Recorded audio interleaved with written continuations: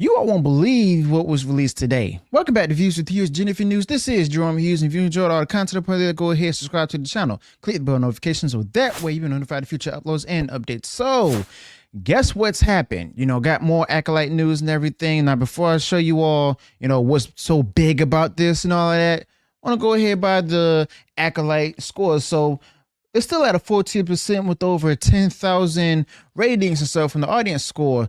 And then, of course, it's still at an 84% tomato meter score for the critics. Now, from what I've heard is that episode 4 is supposed to be worse than episode 3, okay? And I'll be honest with you all, I'm not going to watch it.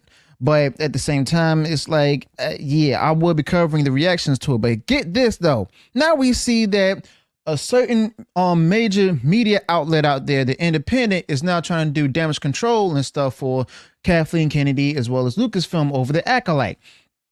They put out there a foolish article with a foolish take on it, actually, saying the Acolyte becomes lowest rated Star Wars project after review bombing. And it says under there, however, plan is backfiring for some confused trolls. I'm going to tell you all what that means, actually. So this is written by Claudia Cox, okay? And I'm not going to read the article verbatim because I don't want to get y'all angry, but I'm going to go ahead and share with you all the actual summary of it, okay? So get this. The Acolyte, the Claudia Cox in this article is claiming that the Acolyte, a new Star Wars series, has become the franchise's lowest rated project on Rotten Tomatoes with a 14% audience score. And the Independent, in this article written by Claudia Cox, claims that this is largely due to review bombing. Okay, now the Acolyte has faced backlash because of its woke agenda and its content and stuff, including a moment where two female characters are sharing a time of romance, if you will. And they accuse Star Wars fans of being trolls and targeted an unrelated 2008 horror film, Acolytes. Yes, you heard it right. Acolytes, okay? So basically, they went on ahead and stated that the fans basically got their reviews mixed up.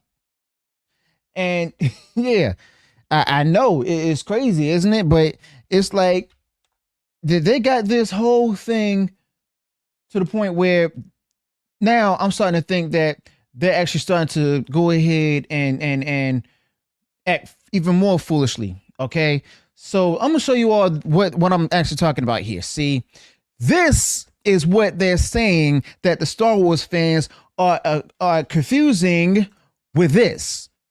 Okay. So, Acolytes, that's a 2008 horror film, okay? And the Independent also says that this pattern of negative review campaigns has previously affected other DEI projects. Now, here's the problem with this whole thing, the whole argument and everything that they're putting out there. First and foremost, they presented this argument in a dumb way. Not to mention, they're going ahead and calling fan reviews trolls and fake and everything. If you were to go through the actual reviews and stuff, you'll see that not only will they have like a 1-star rating or a 2-star rating and all that, but they also have honest viewpoints and stuff with the characters and character names and stuff as well. And they focus more on the story itself, and instead of just having the plain old robotic basic messaging and stuff saying how good it is and stuff, excellent, like the other bots that they have them out there doing right now. Okay, and then also they use the older film that I showed you, the Acolytes, that's unrelated with negative reviews as their argument, claiming people got confused and review bombing the wrong thing. And they also claiming that some negative reviews were mistakenly directed at the 2008 horror film itself. Now, the Independent, claimed that the rapid decline in ratings is seen as a targeted effort by Star Wars fans against the show's DEI themes, as if they intended to do it, when in reality, the Star Wars fans that still remain honestly watched the show and gave their honest reviews about it, okay? Now, this is definitely damage control for Kathleen Kennedy, and I'm going to get into more details about that later, okay? But the fact of the matter is, first off, the Acolyte from Disney Plus was first shown when everyone visits the Rotten Tomatoes website. Nowhere up there can they actually go ahead and search for the Acolyte when it's already up there in the first place, period. It's literally usually the first thing that's up there on the front page, okay? So how in the world did they get the Acolyte show mixed up with Acolyte's 2008 horror film?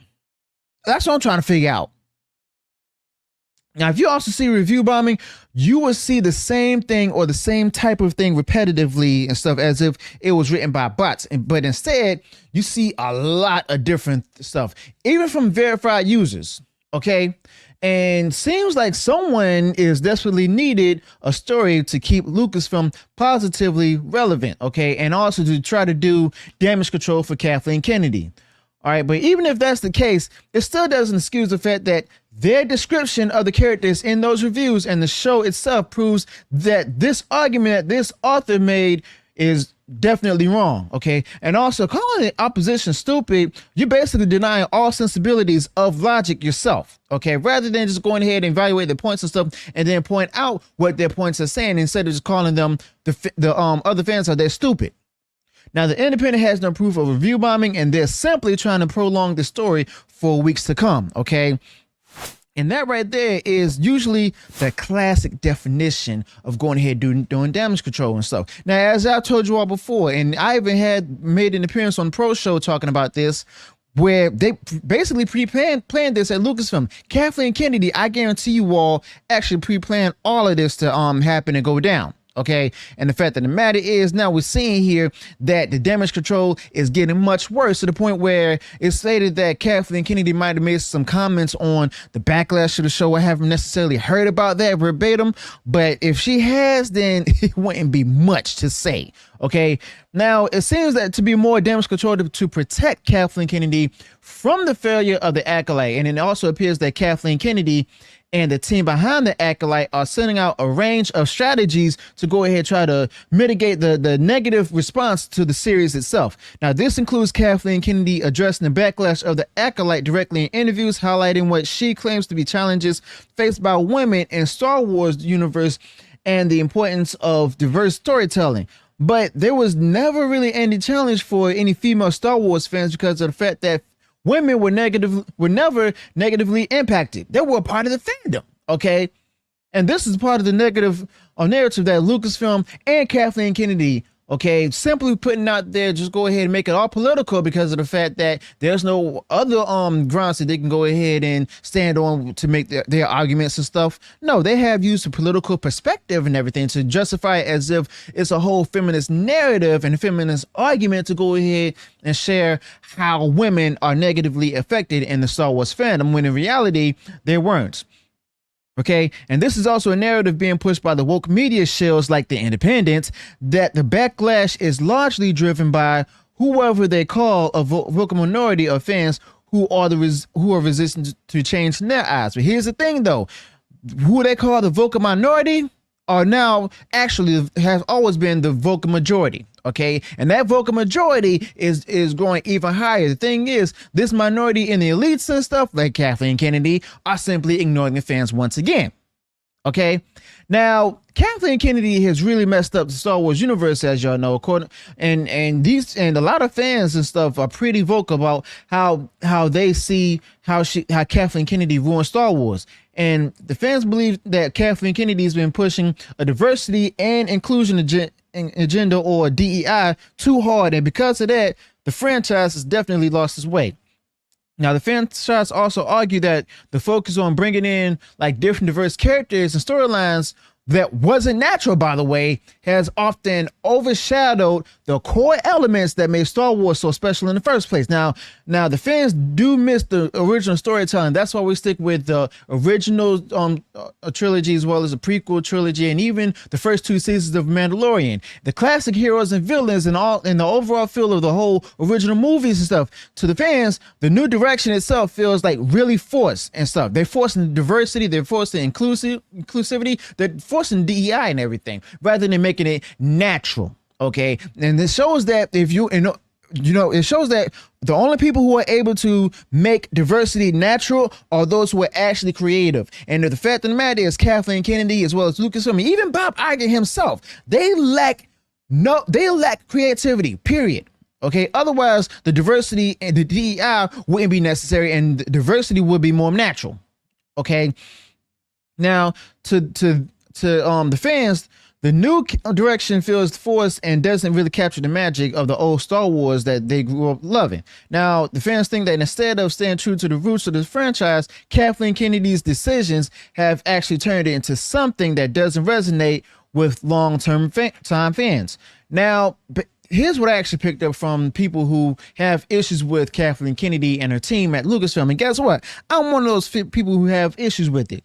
Kathleen Kennedy and her team didn't even have a solid plan for the sequel trilogy. Okay, now basically this resulted in not only seeing like a bunch of repeat stuff from like the Disney sequels and stuff where it came from the original trilogies and stuff, but it also came with the fact that the resulted in the movies that seemed disconnected from each other, making the overall story itself feel all over the place. And the fans expected a good narrative that tied everything together, but instead they felt like each film under Kathleen Kennedy was trying to go in a different direction, which left a lot of people disappointed and angry and even confused. Okay, and fans also think that there's too much emphasis on DEI casting and incorporating modern social themes like the DEI, but this focus took the spotlight away from the core elements that made Star Wars so special in the first place, which is the storytelling and the excellent world building. Okay, and this was ruined by Kathleen Kennedy, as you all know. Now, fans believe that the original spirit of Star Wars was more about the epic adventure and less about making social statements. Heck, even George Lucas himself said that he was more focused on philosophy and everything, and no political messaging. In other words, Kathleen Kennedy and the current state of Lucasfilm got Star Wars wrong. Okay, and there's also a lot of talk about Kathleen Kennedy having disagreements with the different directors that Kathleen Kennedy herself brought on board for the films, and these conflicts actually led to a lot of reshoots and last-minute changes.